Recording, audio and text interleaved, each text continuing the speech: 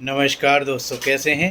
2056वें लेख में बहुत ही यूनिक तारीख, 9वां महीना, 9वें दिन पर दूसरे सोमवार की नवसारी गुजरात से सुप्रभात के साथ जय सोमनाथ। दोस्तों, आज का विषय है गणेश जी ही प्रथम पूजनीय आराध्य देव क्यों। दोस्तों, हम लोगों ने 2 दिन पूर्व ही गणेश जी की स्थापना करी। साथ ही हम सभी भलीभांति जानते हैं हमारे आराध्य गणेश जी प्रथम पूजनीय हैं, किंतु प्रथम पूजनीय क्यों, अधिकांश लोग इस बात को से अनभिज्ञ हैं। आज के लेख में इसी बात को रेखांकित करने का प्रयास किया है। गणेश पुराण के प्रथम पूजनीय गणपति जी के 3 कथाएं प्रचलित हैं। इसी अवतार और उनके रूपों की कहानी गणेश पुराण में विस्तृत रूप से मिलती भी है। इसी ग्रंथ के अनुसार भादो महीने के अमावस्या के चौथे दिन बाद भगवान गणेश जी का जन्म हुआ था, इसलिए गणेश जी के जन्मदिन को गणेश चतुर्थी के भी कहा जाता है। पार्वती के मैल से बने पुत्र ने देवताओं को हरा दिया था। गणेश पुराण के अनुसार दूसरे खंड के प्रथम अध्याय में पार्वती जी की सखियां जया और विजया के कहने पर पार्वती जी ने अपने मैल से एक गण को जन्म दिया। पार्वती जी के इस गण ने को आदेश दिया कि किसी को भी उनके भवन में प्रवेश न करने दिया जाए। जब गण ने भगवान शिव जी को भी अंदर जाने से रोका तो शिव जी ने अपने शिव गणों को आगे भेज दिया। बालक ने पहले शिव गणों को हराया, फिर ब्रह्मा विष्णु के साथ अनेकों देवी देवताओं को भी युद्ध में परास्त कर दिया। देवताओं को हारने पर विष्णु के साथ शिव जी स्वयं युद्ध मैदान में उतरे। विष्णु जी ने छल कपट से बालक का ध्यान भटकाया और शिव जी ने अपने त्रिशूल से बालक का सिर काट दिया। यह देख पार्वती को क्रोध आ गया।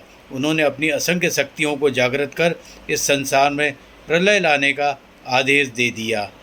जब शिव जी पार्वती से क्षमा मांगने तब वह बोली, यह प्रलय तभी रुकेगा जब पुत्र गणेश फिर से जीवित हो जाएगा, उन्हें सर्वाध्यक्ष का पद दिया जाएगा। शिव जी ने देवताओं को आदेश दिया, उत्तर दिशा में जो प्राणी प्रथम दिखे उसका सिर काट के ले आओ। पहले एक दंत हाथी मिला, उसके सर काटकर बालक के शरीर संग जोड़ भगवान विष्णु, ब्रह्मा व महेश तीनों देवों ने मिलकर गणेश जी को पुनः जीवित कर दिया। यही कारण है त्रिलोक में सर्वप्रथम तीनों देवताओं के कृपा पात्र गणेश जी की पूजा की जाने लगी। गणेश जी पुराण में शुरुआत में सुत शौनक जी को एक कथा सुनाते हैं। संसार में लोग अपने अलग अलग इष्ट देवताओं की शुभ कार्य शुरू करते थे। इस परंपरा से देवताओं में भी विवाद उत्पन्न होने लगा। तभी सभी देवता शिव जी के पास पहुँचे। तब शिव जी ने एक प्रतियोगिता रखी।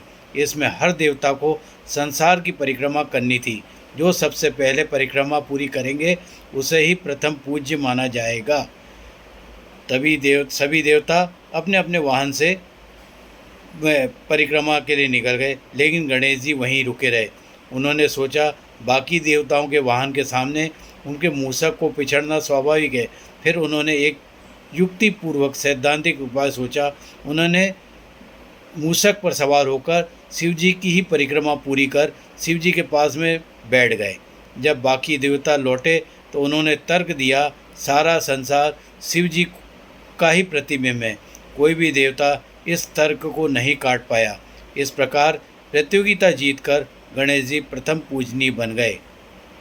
दोस्तों, गणेश पुराण के अनुसार शिव जी से विवाह के बाद पार्वती अनूठा पुत्र चाहती थी। शिव जी के कहने पर उन्होंने इसके लिए पुण्य व्रत किया। जब पार्वती को पुत्र हुआ तो वह उस अनूठे पुत्र को देखने सभी देवता आने चाहते थे। शनिदेव भी उन देवताओं में शामिल होकर इस बालक को देखना चाहते थे, लेकिन उन्हें पत्नी का श्राप मिला हुआ था कि वह जिसे भी अपने नेत्रों से देखेंगे टुकड़े टुकड़े हो जाएंगे। शिव जी से आज्ञा लेकर शनि ने आँख के छोटे से कोने से नए जन्म बालक को मात्र देखा था। शनिदेव की दृष्टि पड़ते ही बालक का सिर धड़ से अलग होकर टुकड़े टुकड़े हो गया। पार्वती का व्रत विफल न हो जाए इसलिए विष्णु ने स्वयं उत्तम दिशा में जाकर पहला जीव उन्हें हाथी दिखा और उसके सिर को काट कर ले आए। हाथी का सिर बालक के शरीर से जोड़कर उसे पुनः जीवित किया। साथ ही यह वरदान भी दिया कि गणेश जी ही सभी देवताओं के इष्ट देव कहलाएंगे और प्रथम पूजनीय भी होंगे। सोमवार की शुभकामना के साथ सभी स्नेही को कहना है, उपरोक्त तीनों गणेश पुराण में बताई कथा से यह तो सिद्ध हो गया कि ब्रह्मा, विष्णु और महेश जैसे शक्तिशाली देवताओं के आशीर्वाद प्राप्त गणेश जी ही इतने शक्तिशाली व प्रथम पूजनीय कहलाने जाने योग्य थे। गणेश जी के तीसरे पावन पर्व पर प्रथम पूजनीय गणेश जी से ही प्रार्थना है, हम सभी के जीवन में स्वास्थ्यवर्धक, शांति, समृद्धि से परिपूर्ण करने की कृपा करें। आप सभी गणेश जी की कृपा पात्र स्नेही मित्रों को नमन, वंदन, अभिनंदन एवं जय सोमनाथ के उपरांत नमस्कार।